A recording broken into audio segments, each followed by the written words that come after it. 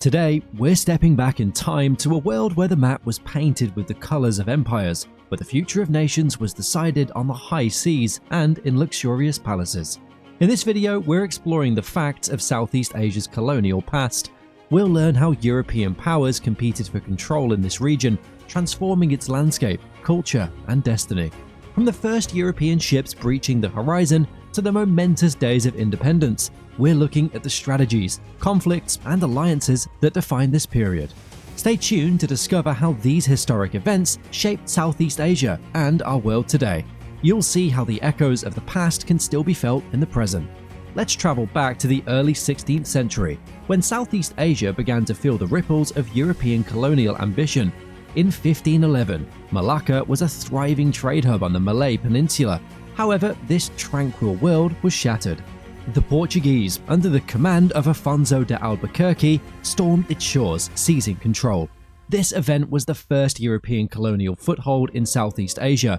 Malacca, a melting pot of cultures and a key player in regional trade, was now under European dominion. The Portuguese rule brought military might, religious changes, and cultural shifts, altering the very fabric of Malaccan society. As the 16th century unfolded, Spain, another European power, cast its eyes toward the Philippines. Spanish galleons crossed the Pacific, bringing a wave of change to the archipelago. The Spanish-American War in 1898 eventually ended their rule, but the centuries of Spanish colonization left clear marks on Filipino culture, language, and religion. It created a complex story that's clear even today. Meanwhile, the Dutch began to assert their presence. In the early 17th century, they fiercely battled the Portuguese to gain control of parts of Malaysia, including Malacca. This struggle was a territorial conquest and a fight for control over the lucrative spice trade that had attracted Europeans to Southeast Asia. At the time, the Dutch East India Company was a powerful corporate entity. It established its control in parts of Indonesia in the 17th century. By the 19th century, the entire Indonesian archipelago fell under Dutch colonial rule. The Dutch began exploiting resources and imposed the system that prioritized profit over the welfare of the local population. They introduced cash crops and strict social orders that disrupted traditional lifestyles and economies. But this was just the start of things. In 1786, another chapter began with the British establishing control over Penang. This was the start of British expansion in the region, a process that would continue well into the 19th century. The British brought their own brand of colonial administration, changing the local political and social structures. They laid the foundations for modern infrastructure and systems. Sadly, these advancements came at the cost of local autonomy and cultural erosion. In the late 19th and early 20th centuries, Southeast Asia struggled with the expanding reach of colonial powers. This era included further occupation, transforming the political and cultural landscape of the area. In 1824, the British Empire expanded its grip to Lower Burma, a region rich in resources and strategically located. This occupation was a significant change in the region's political dynamics. The British started administrative and economic reforms, completely changing the traditional Burmese way of life. Their invasion saw the introduction of new land taxes, the monetization of the economy, and the exploitation of natural resources. This led to widespread discontent among the local population. However, the tale of British expansion in Burma didn't end there. In 1885, Upper Burma fell under British control, completing the British conquest of the entire region. This move was driven by economic interests and the strategic importance of Burma in the British colonial empire. Taking control of Upper Burma signified the end of the Burmese monarchy and the start of Burma becoming part of the British Indian Empire. This led to significant social upheaval, resistance to British rule, and the beginning of a nationalistic movement that would eventually contribute to Burma's struggle for independence. Meanwhile, the French were carving out their own empire in the eastern part of Southeast Asia. By 1887, Vietnam and Cambodia had become part of French Indochina, a process that had begun in the 1850s. Like other European colonists, French colonial rule in this region included exploiting natural resources, imposing heavy taxes, and introducing the French legal and educational system. Local traditions were suppressed, and the socio-cultural fabric of Vietnam and Cambodia changed. In 1893, Laos was drawn into this expanding French colonial empire. joining Vietnam and Cambodia to become part of French Indochina. Laos was part of France's broader strategy to consolidate its regional control and oppose British influence. Under French rule, Laos's administrative system was reorganized, and its cash crop was cultivated. The Spanish-American War in 1898 brought a new colonial power to the forefront in Southeast Asia. Before the war, the Philippines had been a Spanish colony for over 3 centuries. However, after the war, it came under American control. With the arrival of the United States came huge transitions in Filipino history. The United States introduced new educational and governmental systems. However, this change in colonial masters was not without resistance. The Philippine-American War was a brutal conflict from 1899 to 1902. It was part of the Filipino struggle against foreign domination. It was only in 1946, after enduring years of colonization and a devastating occupation during World War II, that the Philippines finally gained independence. Each of these events in the history of Southeast Asia, the occupation of Burma, the formation of French Indochina, and the American takeover of the Philippines, played a key role in shaping the region's modern identity.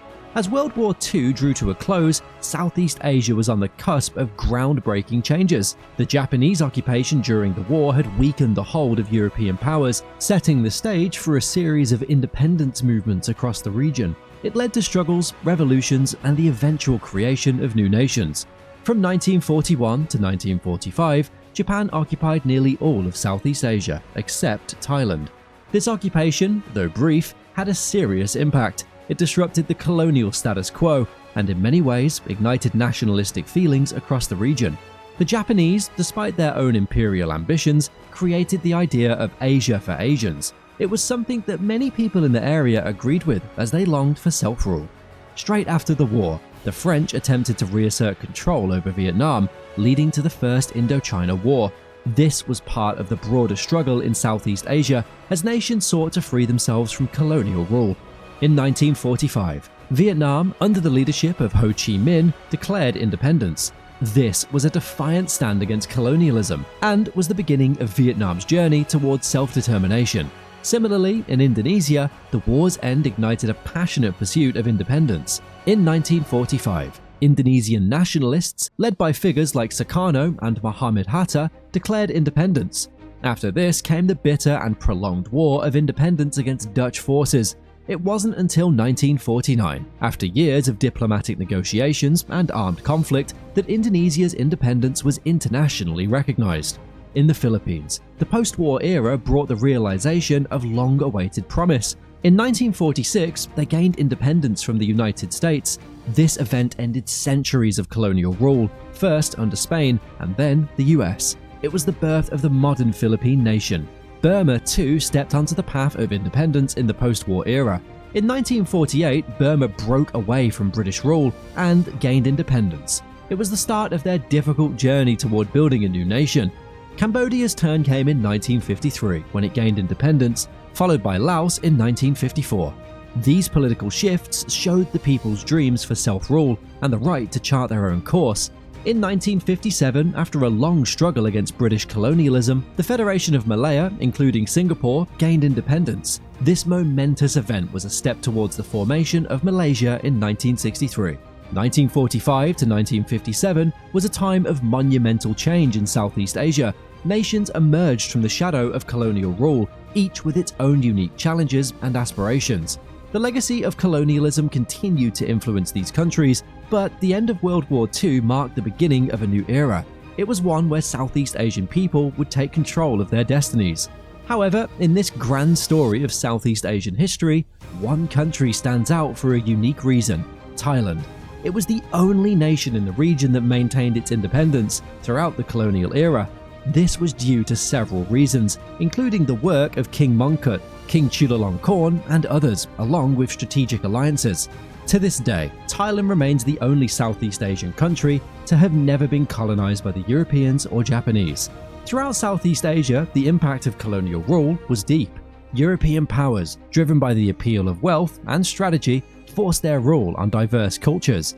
They brought new systems of governance, economic exploitation, and social restructuring.